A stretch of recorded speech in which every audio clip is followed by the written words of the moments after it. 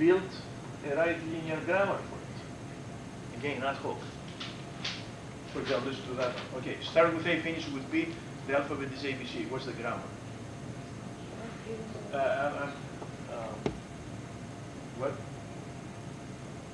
S goes to what? You got to start with A. You have no choice. Okay, A. Capital A, B. Okay. A goes to E or C. E or what? A, now you're going to tell me A could be anything you want, right? Yeah. A or B or C. In terms of A, B's, and C's. Excellent. So it's A or B or C star. A or B or You're going to tell me that? So how do you say that? A A, or B or BA, or C or CA. or E. Yeah, that will give you the A or B or C, anything you want in terms of B. Okay, then should I give you the points if you said that?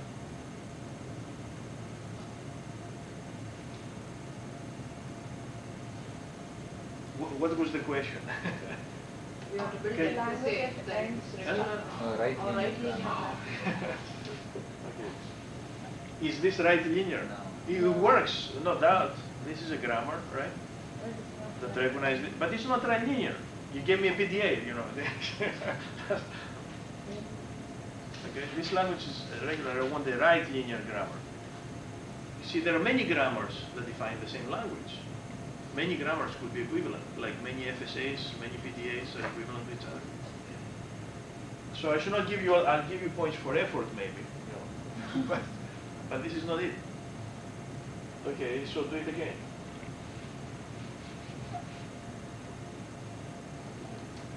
Small a, capital. B. What? That makes B unreachable. Oh, yeah, of course, yeah. A can be. So let's see what can you get. You can go A, B. Okay. Now, you can produce a B and you're done. You start with A, you finish with B, nothing in between. Fine.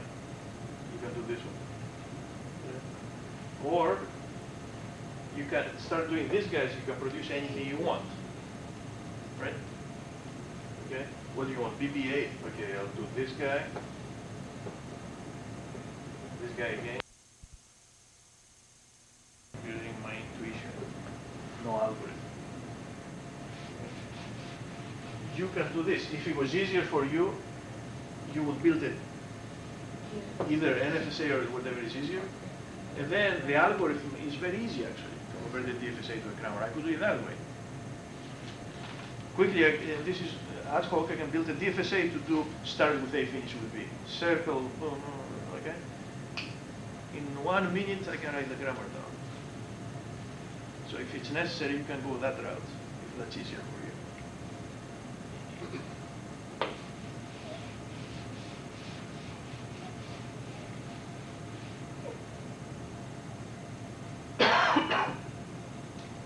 Okay, then you have to know how all these things relate. Okay, for example, you got regular. Oh, we forgot the papinim, I think.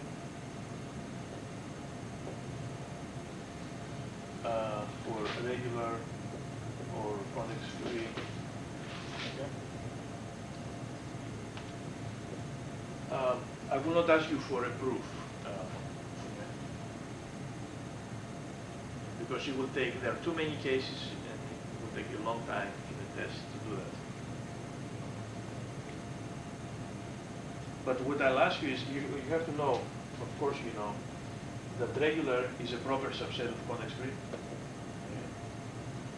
And you have to know how all these things relate, you know. So I'll ask you some true or false questions, Alexis said.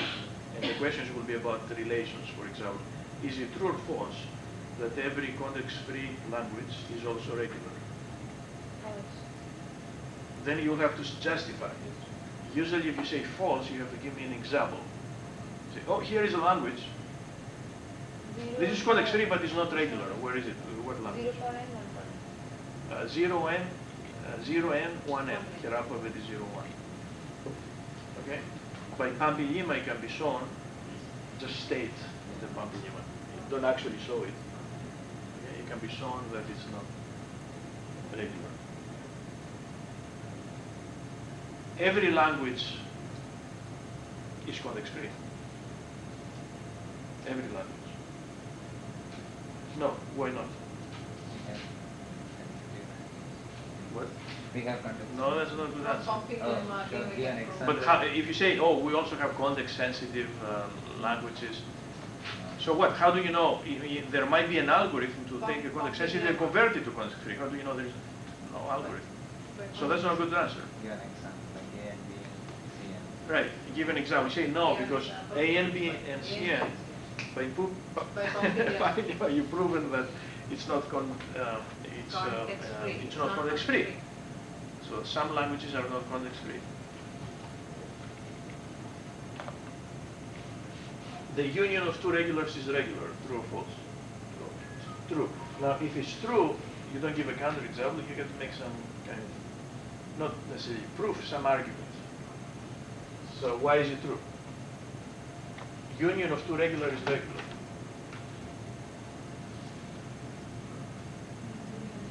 Because if a language is regular, The first language, A is regular and B is regular, A union B, then you can build an DFA for A and DFA for B. so you can build a DFA for A, you can build a DFA for B, So A union B, you can also build a DFA for A union.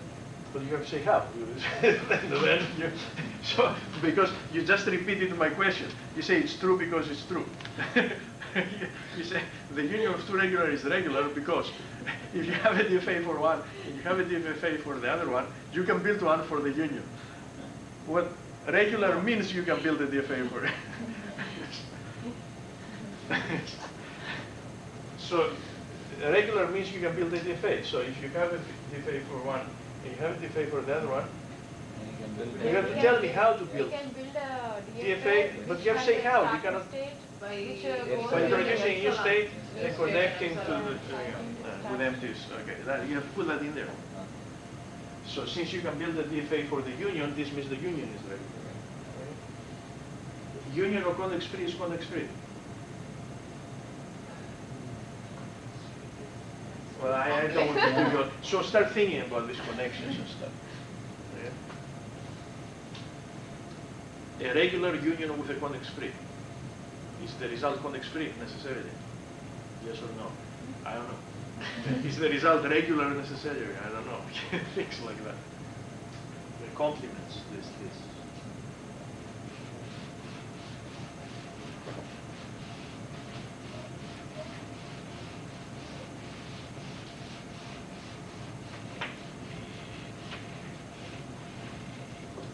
Okay. Any other questions? That covers the test. This will cover the test. Yeah.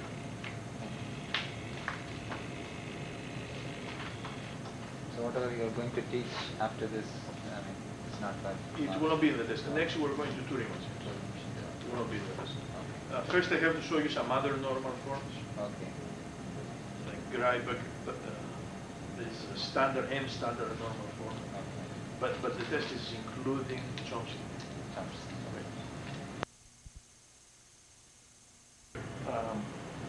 We might come back to it when we talk about parsers. Okay. How would you write a parser and compile it? Now another concept in terms of languages again and grammars.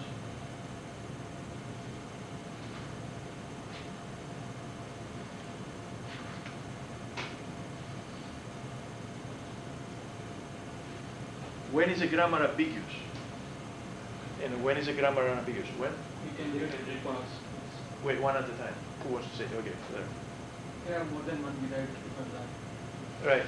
Grammar is ambiguous. You have two different parts. Right, right. If you can find at least one string, which you can derive by using at least two different derivation trees. Right. Ambiguity is not good in programming languages. Then you don't know what it means, what the string means.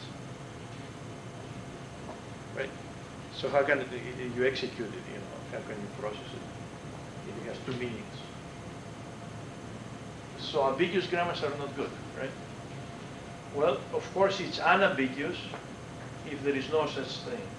Every string can uniquely parse derived. Then it's unambiguous. There is a unique parsing tree. Okay. Now,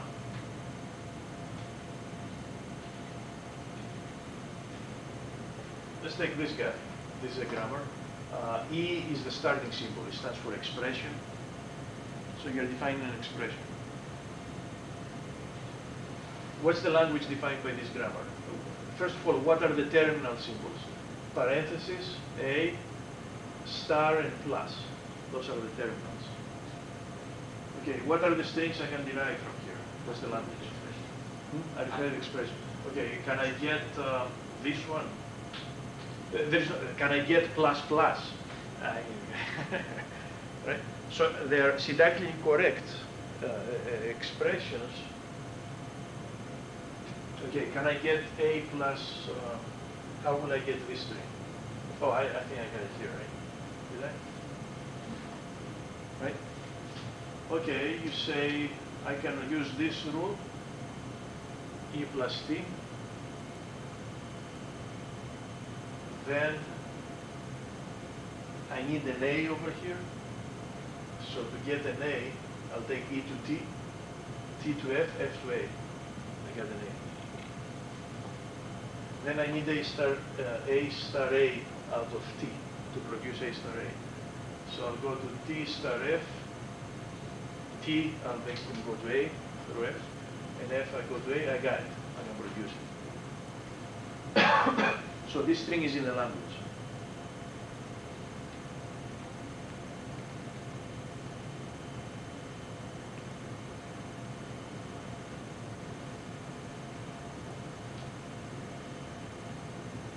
Is there any other way to produce this string? There is? What's the way? Go E star. Well, from E, where do you go? To T? Okay, then where do you go? T star F. Then where do you go? There's no way. There's no. Here you need to eventually produce A plus A, right? You cannot do it.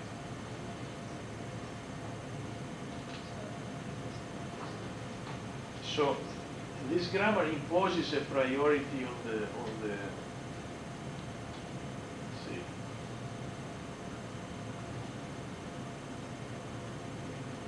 This is called an expression tree, right? Remember data structures? Okay. So if A was the number 7 or whatever, if he calculates the expression using this tree, what's the answer? Is it instead of 7, let's put small numbers. Is it 2? A is 2. Okay, is it 4 plus 2, 6?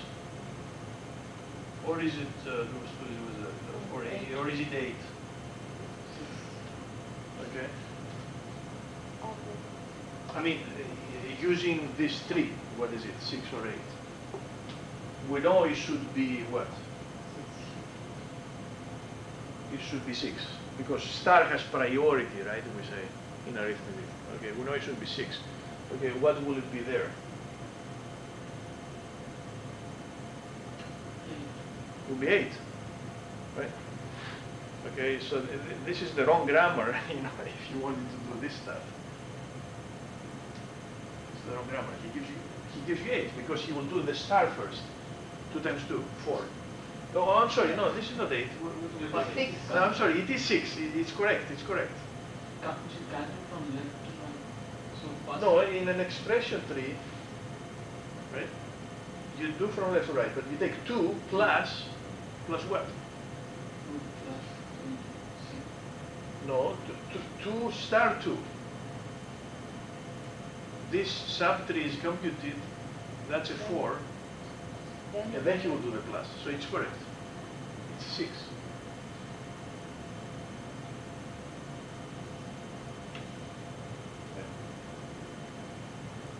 You take A plus the output of this computation. You have to do this computation and you add the whole thing. So it's correct. And it's unambiguous, which is good. So he gives the right priority in terms of class and times. Now, what if you wanted to get an 8? You must have this, right? Okay. Well, so can you get A plus A star 2 out of this grammar? Can you do A plus A star, parenthesis star 2?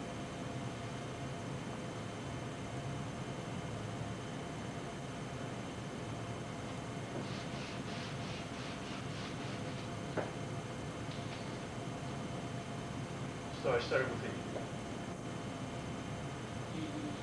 E what? T. Again, I'm trying to produce, and I produce this, I wonder. Can you produce this? Okay, you want to go over? It is E in brackets, open close Like that? But if you do that, now you get the brackets over here. How will you stick this? You see what I'm saying? Now, whatever you produce here will be within brackets. We don't have that rule here. Plus, yeah, plus she has another point. We don't have the rule that says E goes to this.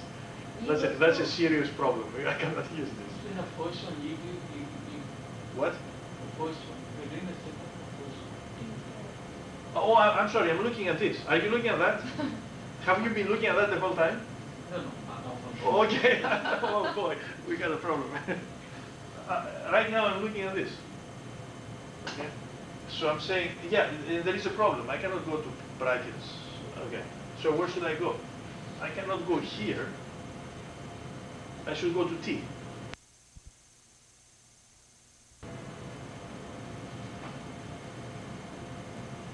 Now, when is the language called unambiguous? Here's a language. A language is said to be unambiguous if what? There is a what? At least one unambiguous grammar for it. If there is an unambiguous grammar for it, the language is unambiguous.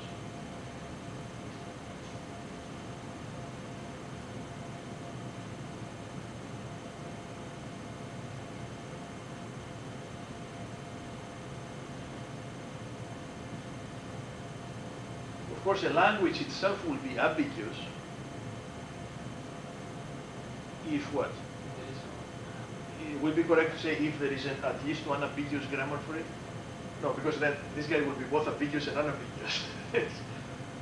A language is unambiguous if there is at least one unambiguous grammar for it. And the task will be, can you find it? Because some of the grammars will not be quite good. They will be ambiguous. If a language is unambiguous, you should be able to find at least one grammar which is unambiguous. Then you say, okay, the language is unambiguous, I can parse it.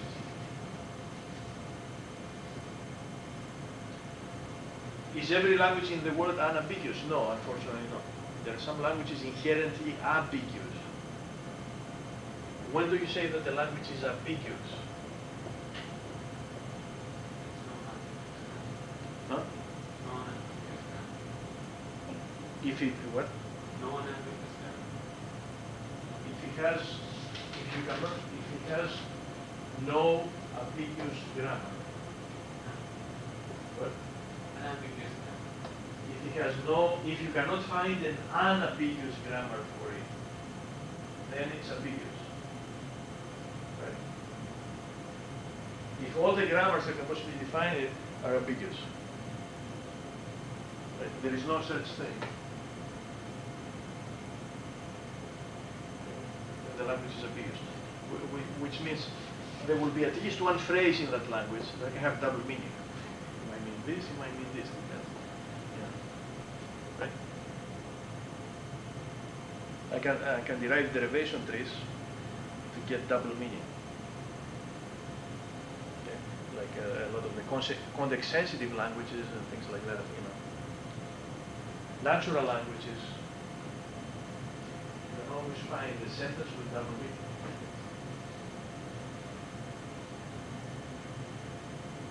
That's why so far we don't have a compiler for natural language. There's a reason for it.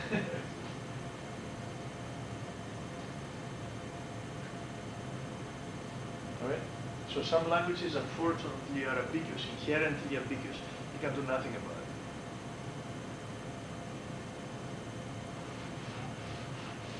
I cannot interact with the computer using it because I could, but sometimes he will give me the wrong results. Right? I'll say one thing and he will do what I did not mean to do. He has two meanings. Who knows what derivation tree he will produce. So he will not be stable.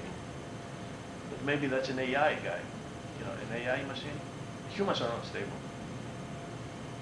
Right? When I give you instructions, you don't always follow them, right? So